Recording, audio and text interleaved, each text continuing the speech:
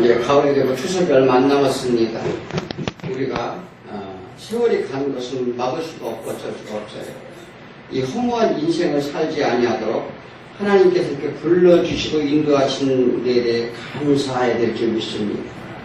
그런데 우리가 이 감사에 너무나도 부족해서 정말 이 하나님의 나라를 세우는데 우리가 열심을 냈는가, 아니면 내 먹고 사는데 내 육신의 것에 의해만 살고 있는가를 깊이 생각하는 시간이 되었으면 합니다. 자, 그러므로 우리 모두 주 안에서 다 충만한 오늘 이 시간이 되길 축원합니다. 아멘.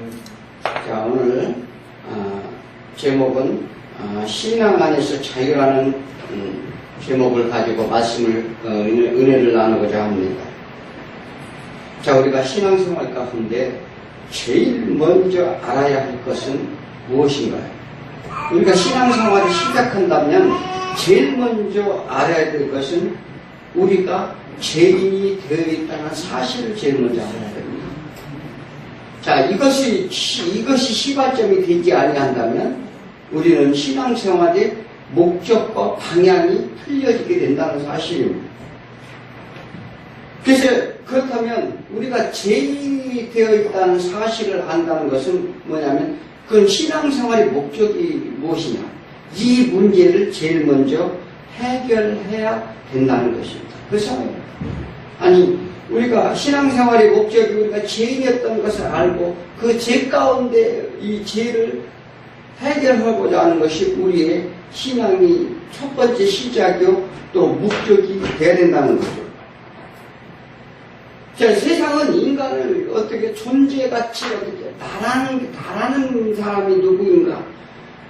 뭐 방송에 보니까 하나님을 믿는다고 하면서 인간의 직업, 가치관 뭐 이런 거를 막 따지더라고요. 우리가 그렇게 그래요? 인간이 나라는 존재가 무엇인가? 그러니까 세상에서 잘 훈련받고 배워서 직업이나 지식이나 사회에 기여도나 또 어떤 자기 뜻에 대한 이루는 목적으로 그 이루는 것에 가치를 두고 산다고 하면 어떻게 했어요? 세상은 그런 가치로 여긴다는 거예요. 자, 우리가 신앙의 출발은 어떻게 해요? 우리가 죄인이었다는 사실부터 시작된다고 그랬죠. 자, 그럴 때 자신을 볼 수 있게 된다는 사실입니다. 사람은 연약하기 때문에 사람이든 신이든 누구든지 무엇이든지 우상이든지, 그래서 우상이 자꾸 생기는 거예요. 의지하게 돼 있어요. 왜 종교를 믿느냐 물어보면 사람들은요 대부분이 왜 종교를 믿어요? 무언가 내가 안위를 받고 무언가 내가 거기에 기대어서 내 유익을 구하기 위해서 종교를 믿어요. 거의 그렇지 않는다고 하는 사람은 없을 것입니다. 때론 사단의 사주를 받아서 안 하려고 해도 억지로 끌려가는 사람도 있긴 있어요. 저 무당이나 이런 사람들은요 자기 싫은데 그들한테 완전히 어떻게 해요? 완전히 사로잡혀서 이제 그렇게 끌려가는 사람도 있긴 있습니다만 그건 특히 드문 예고, 사람들은 누구나 어떤 각기 형상이나 어떤 인간 이념이나 이런 것들을 의지하고 믿는 이유가 뭐예요? 대부분 자기 미래에 대한 불확실성 때문에 그렇습니다. 앞으로 내가 어떻게 해야 될지, 내가 어떻게 살아가야 될지, 또 어떤 내가 앞으로 어떻게 될지에 대한 불확실성을 가졌기 때문에 의지하는 거예요. 자, 세상에서 사회적 동물이다, 사람은 사회적 동물이다 이렇게 표현하기도 하죠. 자, 우리를 뭐로 만들어졌어요? 우리 인간은 영과 육과 혼으로 만들어졌다고 그럽니다. 이제 우리 인간이 이제 3등설인데, 자, 그렇다면 그 안에 우리의 신적인 속성이 있어요. 이게 영이 있다는 얘기죠. 그러므로 누군가에게 기속되어 있다는 것을 말합니다. 그래서 우리는 이 세상이 물질의 세상에 살면 시간 속에 사는 우리는 어떻게 해요? 과거, 현재, 미래 이렇게 구분합니다. 그렇잖아요? 지금 우리가 지금 이 시간이 현재라고 그러죠. 그렇다면 과거에 나는 누구였는가? 또 현재는 내가 누군가? 또 그리고 미래에는 내가 어떻게 될 것인가? 이런 이 신앙생활이라면서 이런 근본을 찾는 거예요. 그리고 그 근본적인 본질을 알고 우리가 살아가는 것이 중요하다는 것입니다. 그렇잖아요. 내가 누군지조차 모르고 내가 무엇을 왜 이 땅에 사는지조차 모른다고 하면 아무런 의미가 없어요. 그걸 모르면 목적이 내가 무엇을 목적에서 세상 가운데 성공을 했더라도 그게요, 그 인생이 허무한 인생이 되는 거예요. 그래서 많은 사람들이 수많은 지금 우리나라의 이 대기업이라든지 수많은 돈을 많이 번 사람들이 그 사람들이 목적을 달성한 걸까요? 그 사람들이 하나님을 모른다면 허무한 인생을 살고 만다는 사실입니다. 그러므로 우리는 자랑을 하죠. 막 자식 자랑도 하고 우리 자식은 막 어디 들어가서 이게 막 그러면 여기서 들으면 이 인간 사람들이 그렇잖아요. 되게 부러워요. 그잖아요. 막 부럽게 생각을 해요. 그런데 부러울 거 하나도 없어요. 그 사람이 예수 그리스도를 믿고 하나님의 의 가운데 하나님을 늘 바라보고 산다고 하면 부러워요. 그러니까 우리가 부러워할 것은 뭘 부러워해야 돼요? 믿음이 좋은 사람을 부러워해야 된다는 사실입니다. 그런데 우리는 육신의 세상을 살면서 세상 것에 출세를 하고 엊그저께 장례식장에 갔더니 누구는 경찰서장이고 누구는 뭐가 되고 이런 자랑을 무수히 들어놓더라고요. 근데 그게 뭐가 필요해요? 현재 우리 육체를 입은 우리의 삶을 말하는 것은 아닙니다. 이 성경은 지금 현재 우리 삶을 이런 것을 말하는 게 아니에요. 이 세상의 삶은 어떤 의미를 갖는가? 지금의 현실 또 과거 미래가 아니라 우리가 누구인지, 왜 이 땅의 고통 중에 살고 있는지, 그리고 미래의 목적이 무엇인지를 아는 것이 신앙의 길이라는 사실입니다. 자, 그것을 알면 그 길로 가야 되는데 가는 길을 밝혀줄 안내자가 필요해요. 그 길은 아무나 갈 수가 없기 때문에 그래요. 반드시 안내자가 있어야 갈 수 있는 길이라고 말합니다. 그래서 예수님이 말씀하셨죠. 많은 사람들이 넓은 길로 많은 이들이 가는 줄 알았는데 예수 그리스도를 따라가는 길은 어떻게 해요? 좁고 협착하다 이렇게 말씀하세요. 길이 험난하다는 거죠. 그런데 성경은 태초에 하나님이 천지를 창조했다고 제일 먼저 선포하셨어요. 자, 성경이 제일 첫 번 하신 말씀이 내가 이 세상을 창조했다고 이렇게 말씀하셨어요. 자, 이런 만물의 주인이심을 말씀하시는 것인데 사람 또한 뭐로 만들었다고요? 흙으로 만들었다고 이렇게 말씀하셨습니다. 흙이 뭐예요? 아담이에요. 흙이라는 게 아담이라는 게 흙이라는 뜻이고 똑같은 얘기예요. 그게 아담아. 이렇게 우리가 흙으로 빚었다고 말씀하셨습니다. 자, 세상의 재료로 인간을 만드셨는데 우리가 인간의 형상들은 다 비슷해요. 눈, 코, 입 달리고 이렇게 다 비슷하게 만들었습니다만 각기 또 쓰임이 다르게 만들었다는 것입니다. 이것은 이제 하나님은 토기장이로 비유하죠. 이 토기장이 마음대로 만드신 거예요. 자, 그렇다면 이를 믿는다면 우리 만드신 하나님이 어떻게 해요? 우리의 주인이 된다는 걸 알아라는 거예요. 그런데 그 주인의 뜻을 따르지 않고 자신의 마음대로 자신의 뜻대로 살고자 하여 주인 곁을 우리가 떠나가게 됩니다. 그러니까 하나님께서 내가 해볼게요. 내 마음대로 한번 살아볼게요. 주장을 하자. 주인 곁으로 쫓겨나는 사실이 되죠. 이것이 창세전에 있었던 비밀이 있었다고 말씀을 하십니다. 그래서 이 세상을 창조전에 이미 하나님을 떠난 영들이었다는 것을 알려주는 거죠. 자, 하나님은 자기 주장하는 자들을 이 땅에 살도록 보내시고 주인 곁을 떠난 자들이 살아오도록 합니다. 자, 이것은 하나님과의 관계가 단절됐다는 것을 의미하는 거예요. 그러니까 하나님을 떠났다는 것은 하나님의 통치가 없는 세상으로, 또 하나님과 관계가 끊어졌다는 걸 얘기하는 거예요. 자, 하나님과 단절된 상태의 삶은, 이렇게 삶을 살아가는 모습을 성경에서 우리에게 보여줍니다. 그게 무엇입니까? 창세기 6장 1절에 보면 뭐라고 했어요? 사람이 땅에 번성하기 시작할 때에 그들에게서 딸들이 나니, 어떻게요? 하나님의 이 딸들이 이제 하나님 아담과 하와가 쫓겨나고 어떻게 해요? 가인과 아벨을 낳고 후손들이 다 데려갔어요. 이제 그래서 그들이 이제 번성하게 되었습니다.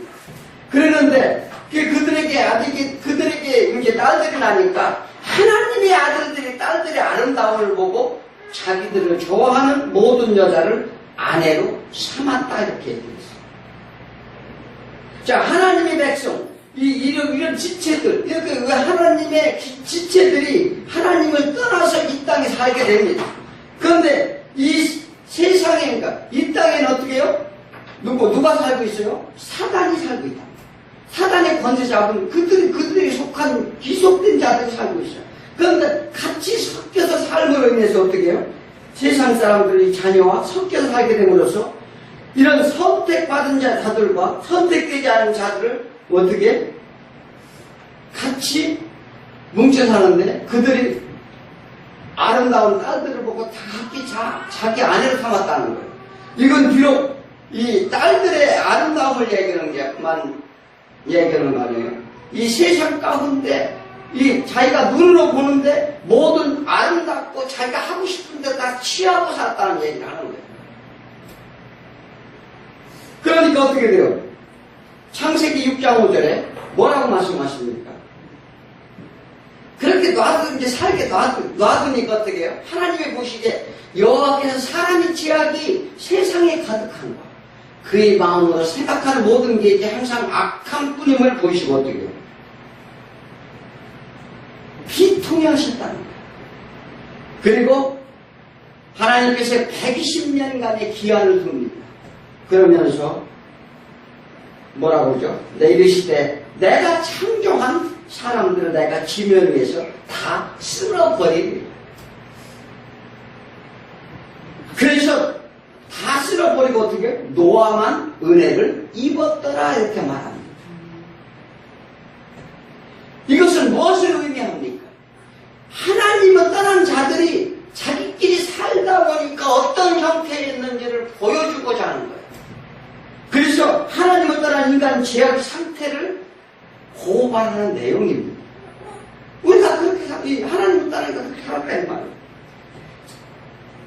그래서 하나님의 은혜 없이는 살 자가 없다는 것을 말씀하시고자 하는 거예요.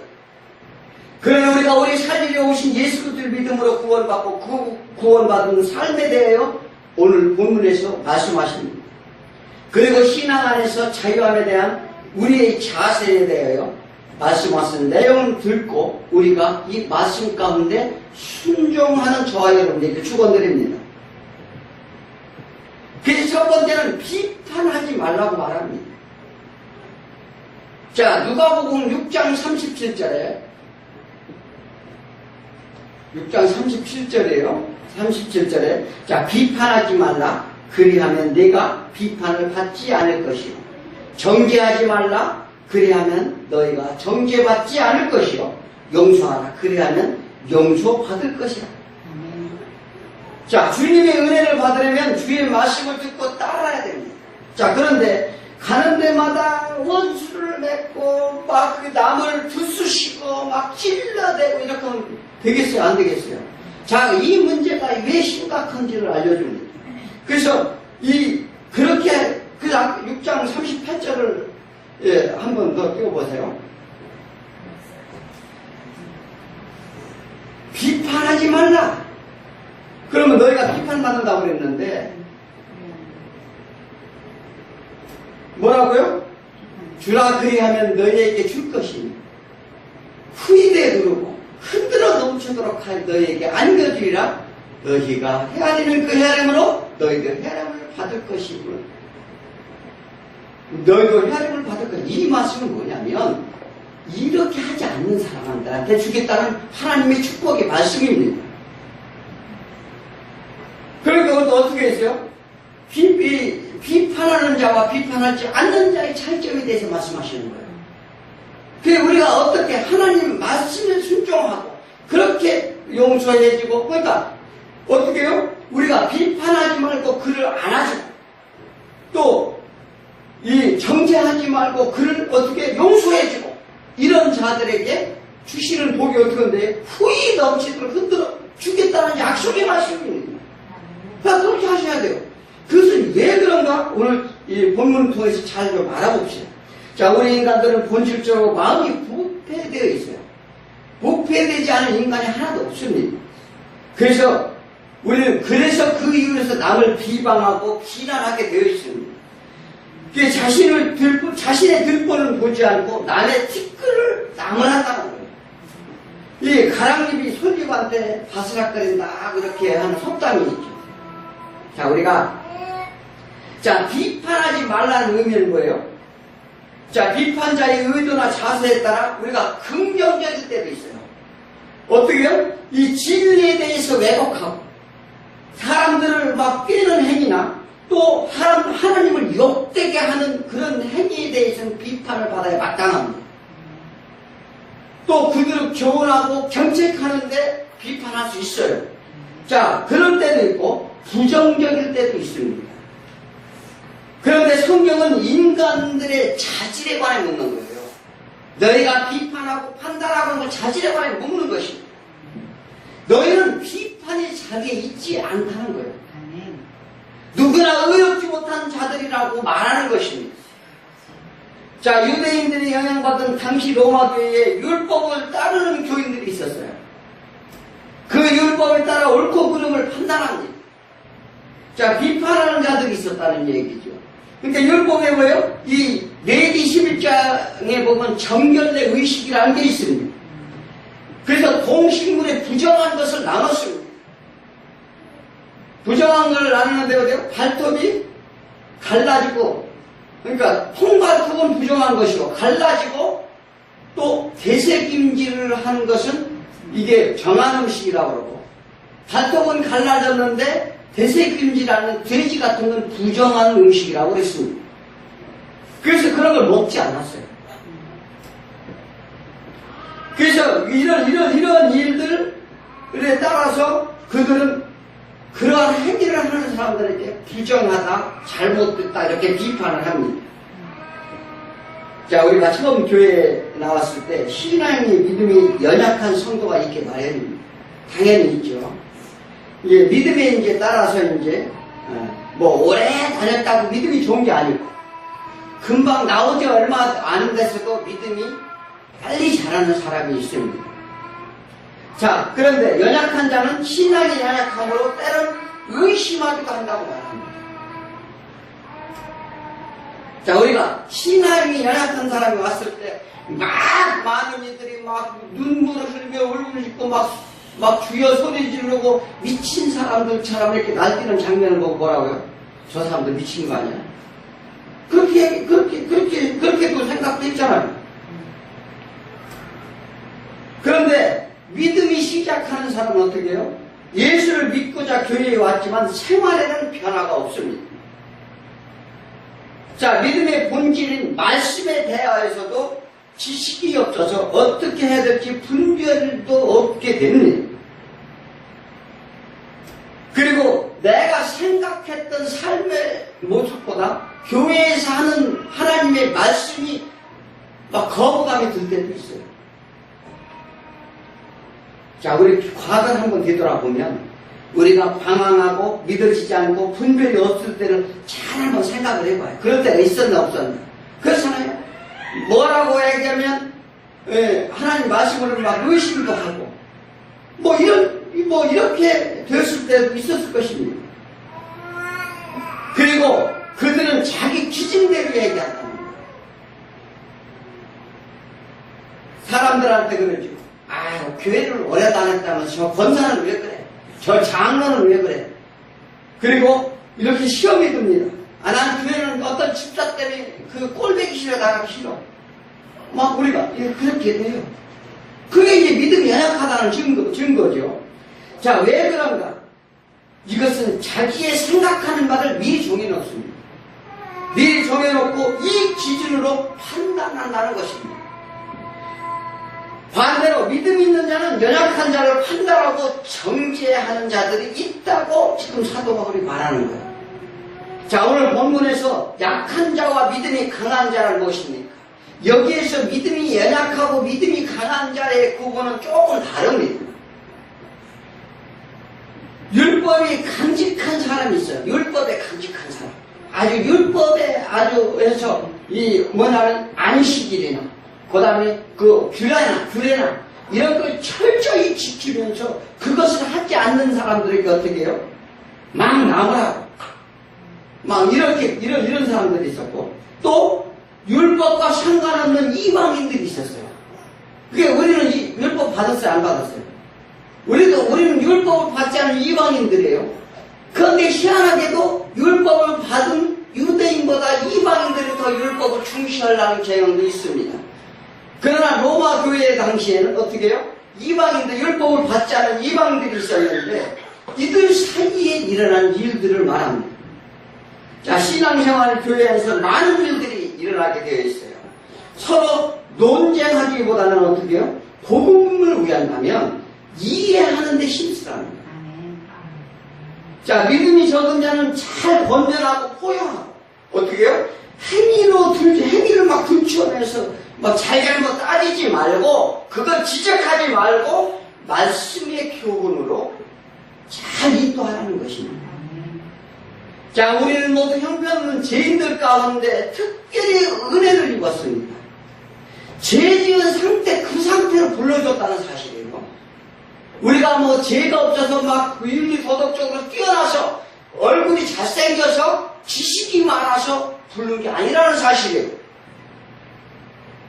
그래서 예수님이 오셨을 때 누굴 먼저 불렀어요? 창녀와 세리와 과부와 고아와 핍박받는 자, 이런 자들을 예수님이 먼저 그들 곁에 왔습니다. 하나님의 주신 법 자체가 무엇을 의미하는지를 우리는 먼저 그래서 깨달아야 됩니다. 우리를 잘해서 부른 것이 아니라는 걸 우리는 이걸 믿고 하나님께 감사해야 될 줄 믿습니다. 자, 그런데 그 교회의 한 부류는 아무 음식이나 먹어도 된다고 믿었어요. 또 한 부류는 뭐예요? 부정한 고기를 먹을까 염려하여 채소만 먹고 살았다고 말합니다. 자, 이건 무엇을 얘기하냐면 여기에서 믿음이 적은 자는 실제로 믿음이 적은 얘기를 하는 게 아니에요. 자, 유대인들한테 영향을 받은 사람들은, 율법의 영향을 받은 사람들은 고기를 안 먹었어요. 왜 안 먹었느냐? 당시에는 문제가 있었는데 우상을, 많은 사람들이 우상을 섬겼어요. 로마 안에 수많은 우상이 있었고 또 고린도 교회에서도 그런 현상이 있었어요.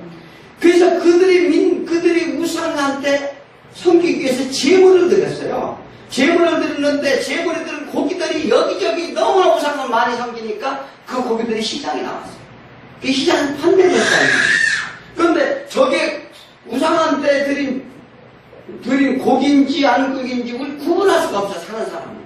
그래서 유대인들의 율법에 영향을 받은 사람들은 그 고기를 안 먹고 채소만 먹었다 이 말이에요.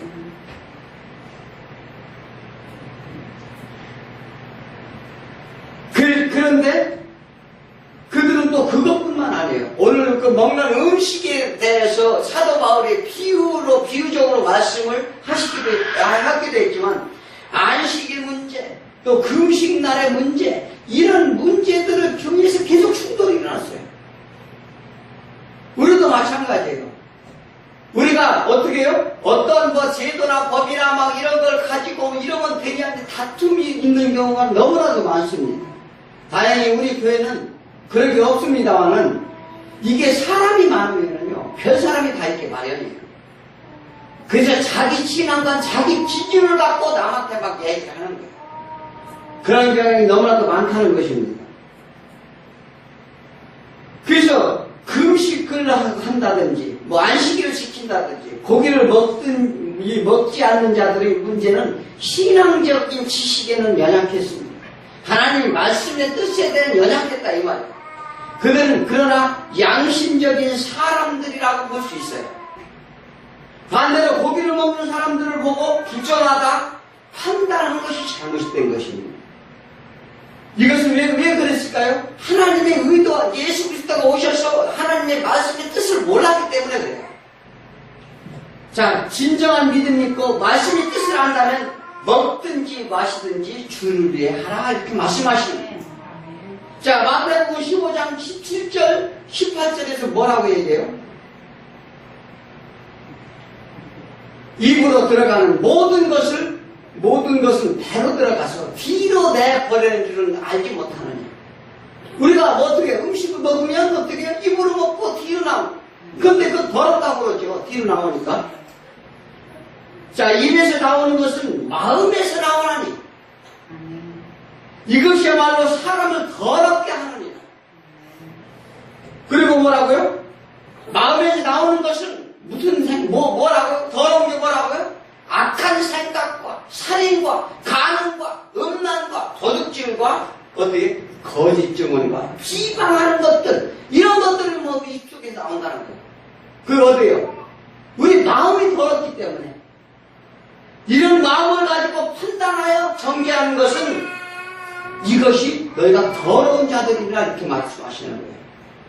자, 예수님께서 어떻게 해요? 그들이 뭐 금식 문제, 안식 문제, 막 이런 문제를 가지고 예수를 핍박하고, 막 그들이 그렇게 오자 예수님이 하시는 말씀이 있는 거예요.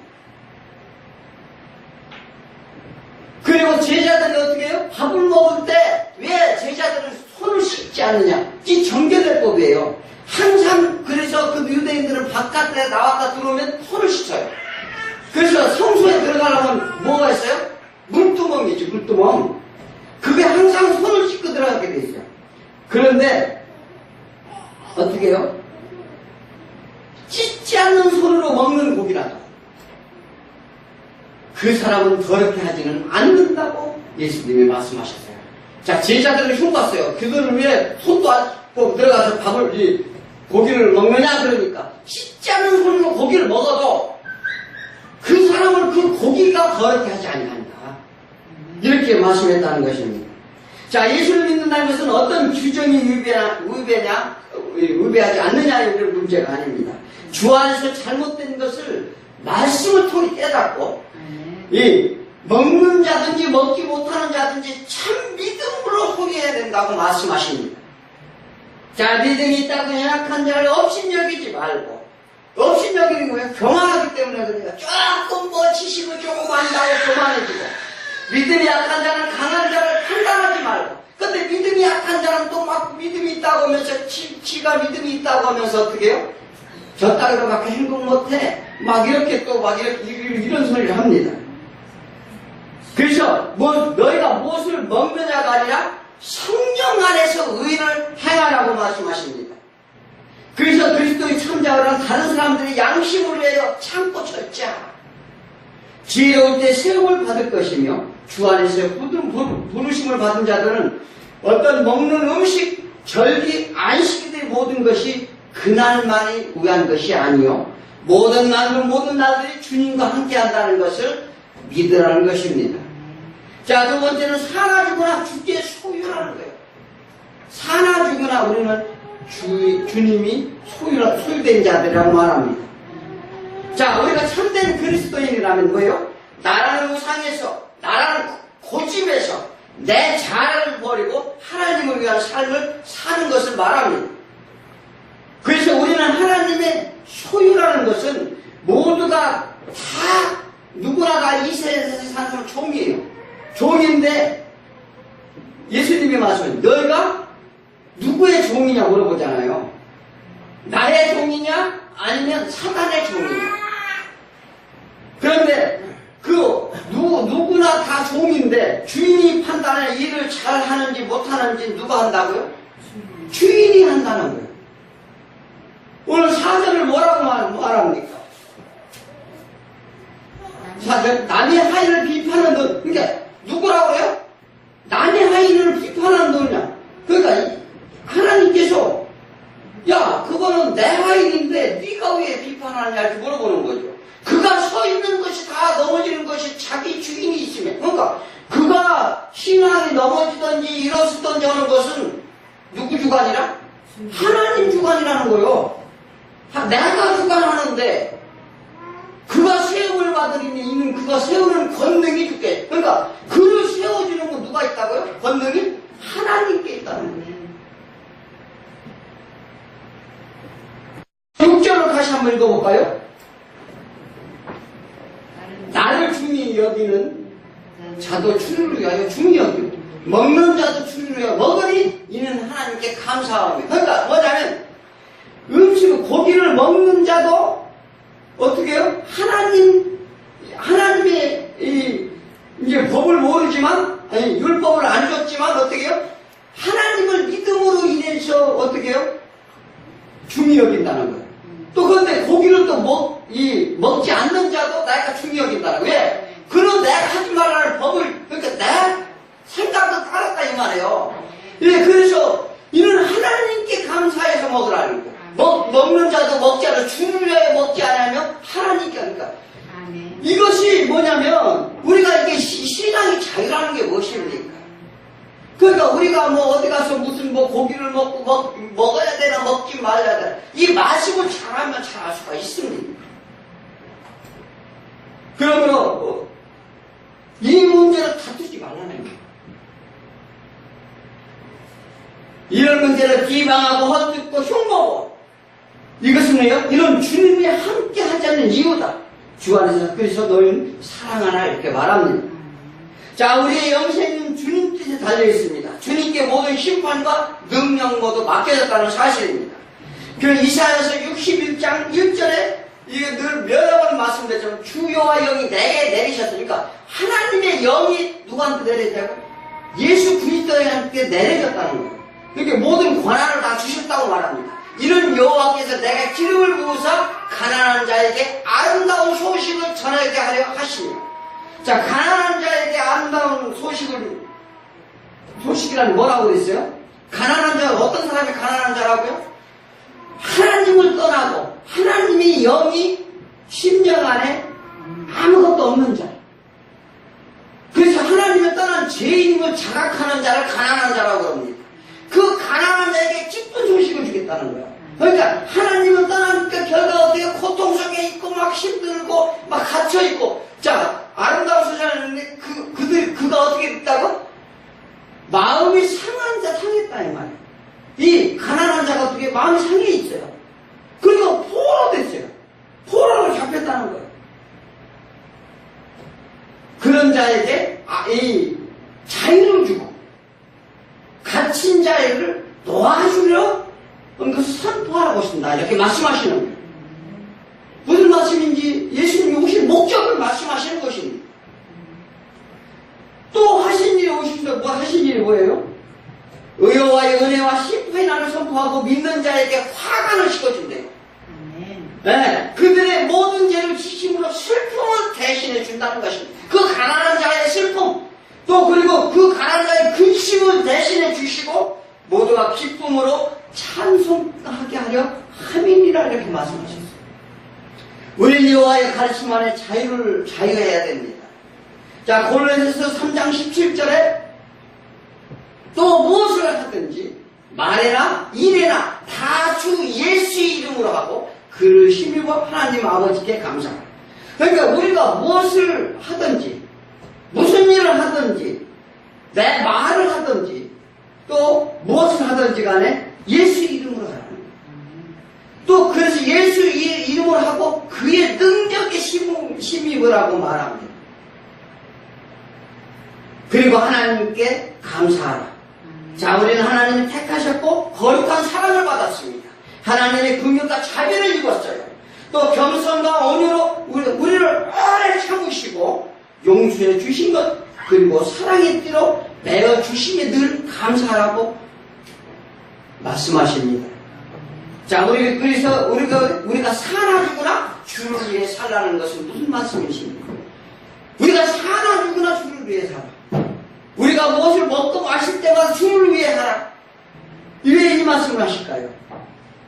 예수님이 그렇게 하셨기 때문에 그렇습니다. 자, 신앙의 믿음이나 능력이나 깨달음이나 각자 다 다릅니다. 자, 일 잘하는 일꾼도 있고 일 못하는 게으른 자도 있어요. 그런데 그들을 판단은 주의 몫입니다. 그래서 성경에서 게으른 자에게 줄 것과 부지런한 자에게 줄 것을 성경에서 다 말씀하셨어요. 그러나 그들 모두 주인이 소유하는 것입니다. 심판도 주님이 할 것이다. 그래서 우리는 그렇게 기도하면 돼요. 주여, 저 영혼을 불쌍히 여기고 긍휼히 여겨주옵소서. 우리는 할 건 그거밖에 없어요. 그러니까 심판은 주님이 하시기 때문에 그래요. 그래서 왜 사나 죽으나 주일 것이라 말씀하시는 강조하시는 건가? 이것은 그리스도의 주권과 통치권의 근거를 합니다. 왜 예수가 주인이 되느냐의 문제이죠. 자, 답은 9절에 있어요. 9절 한번 읽어볼까요? 자, 이를 위하여 그리스도께서 죽었다가 다시 살아나셨으니 곧 죽은 자와 산 자의 주가 되게 하십니다. 예수가 우리를 위하여 죽으셨다는 거예요. 그리고 우리를 위하여 대신 우리를 위하여 죽으시고 또 살리셨다고 말합니다. 살아나셨다. 뭐요? 예수 그리스도의 핏값으로 우리를 사셨다 이런 거예요. 그게 종의 노예에서 핏값으로 돈을 주고 우리를 사셨어요. 예수 제자는 은 30냥에 예수님을 팔아먹었습니다. 그래서 죄의 종으로 파는 거예요. 이런 얘기 아십니까? 요셉은 20냥이 팔렸어요. 요셉은 자기 민족을 살리니까 좀 액수가 적었나 봐요. 그죠? 근데 예수님은 전 인류를 살리기 위해서 30냥에 팔려갔어요. 그런데 그런 빛을 어떻게 해요? 예수님이 죽으심으로 인해서 우리의 죄값을 대신 지불 해서 우리를 사셔서 어떻게 해요? 그래서 우리는 예수의 종이 됐다는 거예요. 왜? 그 열매를 우리가 살기 때문에 그래요. 우리의 사망의 권세를 이기셨다 이렇게 말씀하셨습니다. 그래서 그들의 사슬에서 건져낸 것, 그들의 노예에서, 그들의 흑암에서 우리를 건져낸 것, 살려내신다는 말씀을 하시는 것입니다. 그리고 예수님이 십자가에 걸어가시며 내가 다 이루었다 말씀하셨어요. 하나님의 뜻은 어떻게 해요? 이 사단의 권세자로부터, 아까 얘기했잖아요. 예수님이 오신 목적이 우리 가난한 자에게 아름다운 소식을 전파해 주는데, 그 소식을 알려주러, 기쁜 소식을 내가 알려주는데 사단의 종에서 갇힌 것, 그들에게 노임을 받게 해주려고, 사슬에 묶인 걸 풀어주려고, 그리고 마음의 상처를 입은 것을 오히려 해주고, 근심했던 것을 어떻게 해요? 하나님이 대신 져주고 다 해주시러 오셨다는 거예요. 그리고 이런 세상 권세를 물리치고 이 사단의 그 세력을 다 물리치고 최후 승리를 얻게 하셨다는 것을 다 이루셨다 이렇게 말씀하셨어요. 그리스도 믿는 자들의 영혼의 양심을 다스리기 위해서 자신의 생명의 대가로 지불하셨다는 걸 우리는 믿으시기 바랍니다. 자, 그러므로 교회 안에서 형제를 판단하고 비난하면 어때요? 하나님의 통치권 침해라고 합니다. 그래서 무서운 거예요. 자, 월권 행위를 보는데 하나님의 이와 같이 정죄하시겠다는 것으로 자기 백성이 사랑의 의지입니다. 자, 신앙의 믿음이란 하나님의 절대 주권을 인정하는 거예요. 그런데 하나님의 절대 주권을 인정하지 않고 내가 하는 거예요. 그러면 하나님은 어떻게 해서 내가 너를 심판한다는 거예요. 그러면서 하지, 우리 형제가 우리 이렇게 판단하는 건 그래서 무섭다는 것입니다. 그러니까 하나님이 하지 말라고 하면 하지 마세요. 그게 우리의 사는 길이라는 것입니다. 그래서 하나님의 주권을 인정하고 나는 주의 종입니다. 나는 죽은 자라는 것을 인정하라는 거예요. 하나님은 그것을 보신다는 것입니다. 그래서 그걸 인정하는 자에게 어떻게 한다고요? 하나님이 후히 흔들어 주시겠다고 약속하셨잖아요. 그리고 세 번째로는 하나님의 심판을 의식하라는 거예요. 자, 우리가 판단하지 말아야 되는가에 왜 심각한 문제는 여기에 있습니다. 자, 우리 누구나 하나님의 심판대에 오른다는 사실입니다. 왜냐? 신앙인이 결산은 세상에 사지 않습니다. 우리 결산은 이곳에서 하지 않는다는 거예요. 세상 사람들은 그날 결산을 봅니다. 우리가 이하면 일당을 그날 주지요. 그리고 매월 월급을 봐서 이 월 결산을 매년 또 계산도 합니다. 그러나 믿음의 결산은 언제 한다고요? 마지막 날에 한다는 거예요. 고린도후서 5장 10절에 뭐라고 말씀하십니까? 이는 우리가 다 반드시 그리스도의 심판대에 앞하나 나게 되어서 각각 선악간에 그 몸으로 행한 것을 따라 받으려 합니다. 이 각각 선악간이 무엇입니까? 우리가 무슨 선한 행동으로 이걸 얘기하는 것이 아니라 하나님을 믿고 하나님의 선을 따르는 자, 말씀에 순종한 자를 얘기하는 거예요. 그리고 사단을 따른 자냐 하나님을 따른 자냐, 이게 선악입니다. 선악의 분별이요. 자, 그러면 하나님의 말씀을 따고 따른 자와 하나님을 따르지 않고 제2의 종으로 산 자의 그들의 하나님 것들을 보고 심판하신다는 거예요. 우리가 잘 준비하면요, 시험생이 잘 준비하면 시험 날짜가 기다려져요. 그런데 공부를 않고 어떻게 해요? 준비를 않고 있는 자들은 하나님 뭐같이 오신다고요? 도적같이 온다고 그랬어요. 그런데 준비한 사람한테는 도적같이 와요, 안 와요? 네, 도적같이 오지 않는 거예요. 그걸 알아야 돼요. 하나님 어서 오시옵소서. 오늘 당장 하나님 오시라로 어서 오시옵소서. 이 준비된 자는 그런다 이거요. 그러니까 도적이 아니죠. 그런데 어떻게 해요? 도적은 어떻게 가요? 밤중에 이제 2시경이 올라나 3시경이 올라나 늘 걱정기시 오잖아요. 자, 그런데 그것을 아는 사람은 어떻게 해요? 하나님이 반드시 올 걸 믿고 준비한 사람은 하나님을 맞이하는 거예요. 신랑을 맞이하는 거예요. 그게 우리 신앙이라는 것입니다. 자, 우리 결산을 우리들이 지금 해달라 합니다. 그래서 어떻게 해요? 믿음의 선지자들도 그때가 언제냐고 물어보기도 합니다. 예수님의 제자들도 물어봤고, 또 많은 선지자들, 또 그들이 너무나도 이 세상 가운데 고통과 고난 가운데 살기 어려우니까 그때가 언제입니까? 그렇게 울부짖기도 했어요. 하지만 하나님의 때가 되면 반드시 결산의 날이 온다는 걸 믿으시기 바랍니다. 그래서 이 판단은 안 되는 이유가 뭐냐면 이 판단하는 자가 같은 행동을 하게 된다는 거예요. 로마서 2장 1절 한번 봅시다. 그러므로 남을 판단하는 사람아 누구를 막론하고 내가 핑계하지 못할 것은 남을 판단하는 것은 내가 너를 정죄하리니 판단하는 내가 같은 일을 행함이니라. 그러니까 그 사람이 꼭 똑같이 그런 일을 행한다는 거예요. 그래서 뭐냐면 첫째 의심함으로 정죄하며 의심함으로 정죄하며 이 상대적으로 또 우월감을 가졌다고 생각을 합니다. 자기가 신앙 못하는 거예요. 이것이 습관성이 된다는 것입니다. 두 번째는 하나님의 판단이 진리대로 되어진다는 것입니다. 하나님의 판단은 진리 가운데 이루어지시다는 것인데 로마서 2장 2절에 보면 뭐라고? 이런 일을 행하는 자에게 하나님의 심판이 진리대로 되어질 줄 우리가 아노라. 그러니까 하나님의 공의, 하나님의 공과 사, 이 공의의 심판은 정확하게 이루어진다는 거예요. 그래서 오늘 10절 한번 읽어볼까요?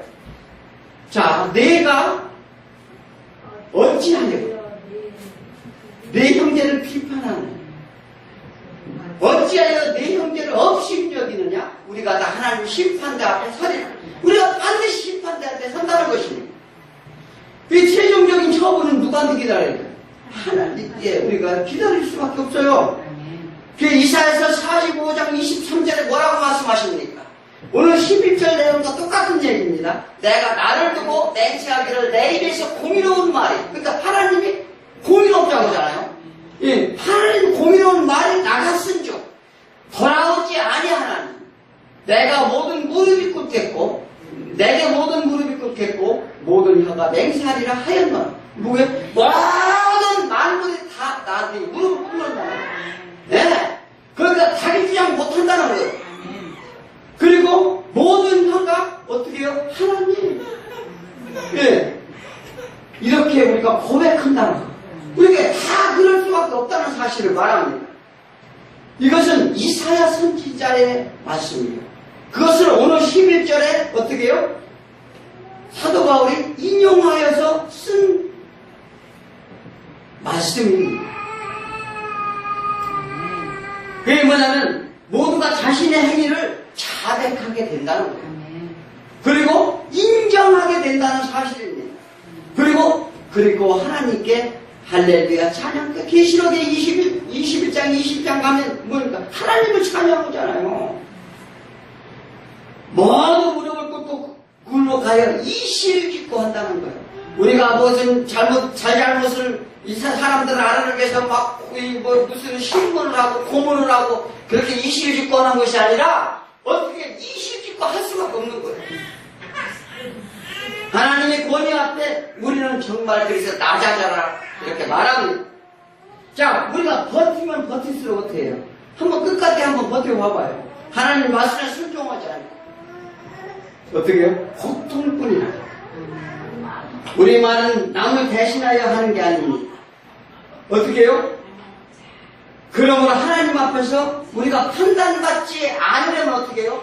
자신이 더 판단을 받게 된다는 걸 아시고 갈라디아서 6장 4절에 뭐라고 말씀하십니까? 각각 자기 일을 살피라. 그리하면 자랑할 것이 자기에게는 있어도 남에게는 있지 아니하리라. 이게 무슨 말씀입니까? 자, 내가 되면 내가 하면 하나님의 은혜라고 이 사도 바울은 말했어요.